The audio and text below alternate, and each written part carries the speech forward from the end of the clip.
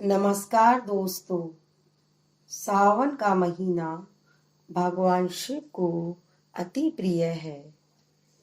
सावन के महीने में भगवान शिव की पूजा करने से भगवान शिव शीघ्र प्रसन्न होते हैं और अपने भक्तों पर कृपा करते हैं। श्रावण मास के इस पवित्र महीने में मैं आपको सोमवार व्रत कथा सुनाती हूँ।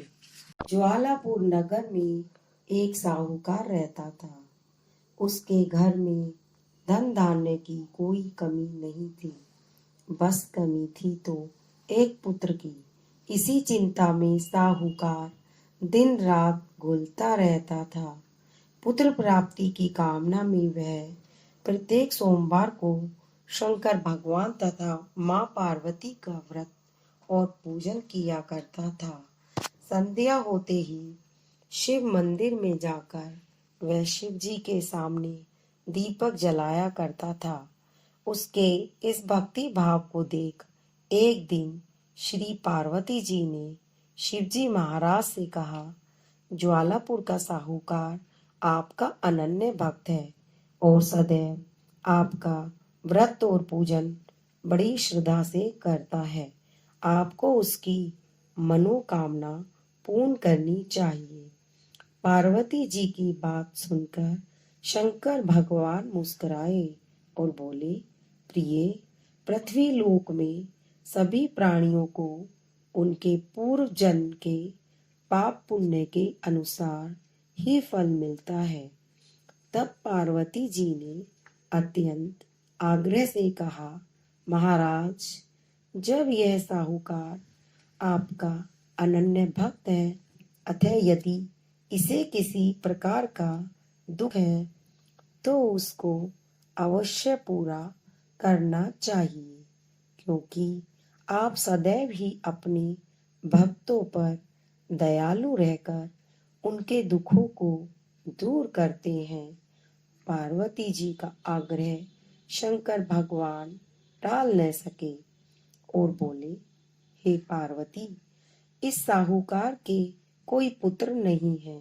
इसी चिंता में वह दिन रात दुखी रहता है।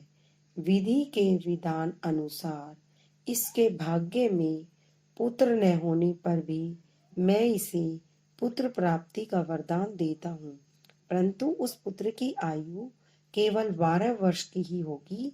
इसके पश्चात वह मृत्यु को प्राप्त हो जाएगा। माता पार्वती और भगवान शिव का यह वार्तालाप साहूकार सुन रहा था। पुत्र प्राप्ति के वरदान के बारे में जानकर न तो उसे कोई विशेष प्रसन्नता हुई और न ही दुख, लेकिन वह पहले की तरह ही सोमवार का व्रत करते हुए शिवजी भगवान की पूजा तथा व्रत करता रहा। शिवजी महाराज के वरदान से साहूकार की धर्म पत्नी शीघ्र ही गर्भवती हो गई। साहूकार के घर में खुशियां छा गई। ठीक 9 माह बाद साहूकार की पत्नी ने एक अति सुंदर पुत्र को जन्म दिया। इस अवसर पर साहूकार ने ब्राह्मणों और निर्धनों को खूब अन्न, वस्त्र और धन दान स्वरूप दिया। जब उसका पुत्र 11 वर्ष का हो गया तो इस बालक की माता ने उसके पिता से विवाह के लिए आग्रह किया। साहूकार ने उसके इस आग्रह को टालते हुए कहा, हे प्रिय, मैं अभी इसका विवाह नहीं करूंगा और काशी जी पढ़ने के लिए भेजूंगा। साहूकार के इस निर्णय पर पत्नी को दुख तो बहुत हुआ, लेकिन उसने इसका कोई विरोध नहीं किया। तब साहूकार ने अपने साले को बुलाकर उसे बहुत सा धन देकर कहा, तुम अपने भांजे को पढ़ने के लिए काशी ले जाओ। रास्ते में जिस भी नगर में रुको वहां यज्ञ तथा ब्राह्मणों को भोजन कराते जाओ। मामा भांजे जल्दी ही काशी के लिए प्रस्थान कर गए। काशी की ओर यात्रा करते हुए वह दोनों प्रताप नगर पहुंचे। उस नगर के राजा की बेटी के विवाह के कारण नगर को बहुत अच्छी तरह सजाया गया था। एक विशाल मैदान में बड़े बड़े शामियाने लगाकर बारात को वहां ठहराया गया था। दोनों मामा भांजे उस बारात को देखने गए। तभी दूल्हे के पिता ने साहूकार के सुंदर बेटे को देखा और अपनी एक सेवक को भेजकर दोनों को अपने शामियाने में बुलवाया। राजा अपने जिस बेटे की बारात लेकर राजकुमारी के विवाह के लिए आया था वह एक आंख से काना था। उसके पिता को इस बात की बड़ी चिंता थी कि कहीं वर को देखकर कन्या के माता पिता विवाह में किसी प्रकार की अड़चन पैदा न कर दे।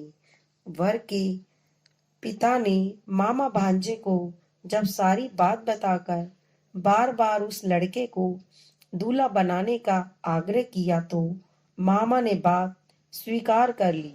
साहूकार के बेटे को दूल्हा बनाकर राजा की बेटी से विवाह करा दिया गया। फेरे और कन्यादान का कार्य समाप्त होने पर बारात वापस शामियानों में पहुंच गई। केवल साहूकार का बेटा वहीं रह गया। साहूकार का बेटा जब सुबह उठा तो उसने वहां से निकलने से पहले पलंग पर सोई राजकुमारी की चुंदड़ी पर लिख दिया कि तेरा विवाह तो मेरे साथ हुआ था, परंतु जिस राजकुमार के साथ तुमको भेजेंगे वह एक आंख से काना है। मैं तो काशी जी पढ़ने जा रहा हूँ। भांजा सूर्य उदय होने पर काशी के लिए चल दिए। उधर जब सुबह राजकुमारी सोकर उठी तो उसने अपनी चुंदड़ी पर लिखा पाया तो पढ़कर राजकुमारी सन्न रह गई। उसी समय राजकुमारी ने अपने पिता को सारी बात बताई और कहा कि अब वही लड़का उसका पति है जिसके साथ उसके फेरे हुए थे।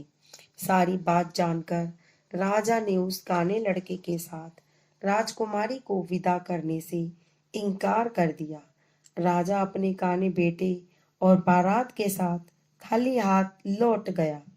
उधर साहूकार का बेटा और उसका मामा काशी जी पहुंच गए। वहां जाकर मामा ने यज्ञ करना और भांजे ने पढ़ना शुरू कर दिया। जब लड़के की आयु 12 वर्ष की हुई तो उसकी मृत्यु का दिन समीप आ गया। मामा को इस बात में कुछ पता नहीं था। उसने एक बहुत बड़े यज्ञ का आयोजन किया था। यज्ञ अभी चल रहा था कि लड़के ने अपने मामा से कहा, मेरी तबीयत बहुत खराब हो रही है मामा जी, मैं कुछ देर आराम करना चाहता हूँ। आप यज्ञ का कार्य पूरा कराते रहिए। लड़का अपने कक्ष में जाकर लेट गया। शंकर भगवान के वरदान के अनुसार लेटे लेटे उसके प्राण उड़ गए। यज्ञ के बीच मामा ने कक्ष में जाकर लड़के को जब मृत अवस्था में देखा तो उसे बहुत दुख हुआ, लेकिन यज्ञ में विघ्न पड़ने के डर से उसने स्वयं पर संयम रखा और इस बात की चर्चा किसी से नहीं की। ब्राह्मणों के जाने के बाद उसने रोना पीटना आरंभ कर दिया। संयोगवश उसी समय शिव पार्वती जी यज्ञ स्थल के ऊपर से गुजरे। पार्वती जी ने जब जोर जोर से रोने के स्वर सुने तो वह शंकर भगवान से बोली, हे प्रभु, कोई दुखिया रो रहा है, उसके कष्टों को दूर कीजिए। शंकर भगवान और पार्वती जी ने समीप जाकर देखा तो उन्होंने उस साहूकार के मृत बेटे को फौरन पहचान लिया। पार्वती जी कहने लगी, भगवान, यह तो साहूकार के का वही बेटा है जो आपके वरदान से पैदा हुआ था। प्राणनाथ, कृपया करके इस बालक को और आयु दो, अन्यथा इसके माता पिता तड़प तड़प कर मर जाएंगे। पार्वती जी के आग्रह को शंकर भगवान टाल न सके और उस लड़के को जीवन दान दिया। साहूकार का पुत्र ओम नमः शिवाय कहता हुआ उठ बैठा। शिव और पार्वती कैलाश पर्वत को चले गए। कुछ दिनों की यात्रा के बाद मामा भांजा दोनों पुनः प्रताप नगर पहुंचे। प्रताप नगर पहुंचकर मामा भांजे ने वहां यज्ञ किया। संयोग से उस नगर का राजा उस स्थान से गुजरा। राजा ने साहूकार के बेटे को यज्ञ करते देखा तो फौरन ही उसे पहचान लिया। अतः वह उन दोनों को महल में ले आया। कुछ दिन उन्हें महल में रखकर दोनों को खूब आदर सत्कार किया और फिर बहुत सा धन, बहुमूल्य स्वर्ण आभूषण और वस्त्र देकर राजकुमारी के साथ उन्हें विदा कर दिया। दास दासियों के अलावा उनकी सुरक्षा के लिए बहुत से सैनिक भी उनके साथ भेजे। जब वे अपने शहर के निकट पहुंचे तो मामा ने कहा कि मैं पहले तुम्हारे घर जाकर सबको खबर कर आता हूँ। उस समय लड़के के माता पिता अपने घर की छत पर बैठे हुए थे और उन्होंने यह प्रण कर रखा था कि हमारा पुत्र सकुशल घर पर आए तो राजी खुशी नीचे उतरकर आ जाएंगे, अन्यथा छत से गिरकर अपने प्राण खो देंगे। इतने में उस लड़के के मामा ने जाकर यह समाचार दिया कि आपका पुत्र आ गया है, परंतु उनको विश्वास नहीं आया। तब उसके मामा ने शपथ पूर्वक कहा कि आपका पुत्र पत्नी के साथ बहुत सारा धन लेकर आया हुआ है। तो सेठ ने आनंद के साथ उसका स्वागत किया और बड़ी प्रसन्नता से रहने लगे।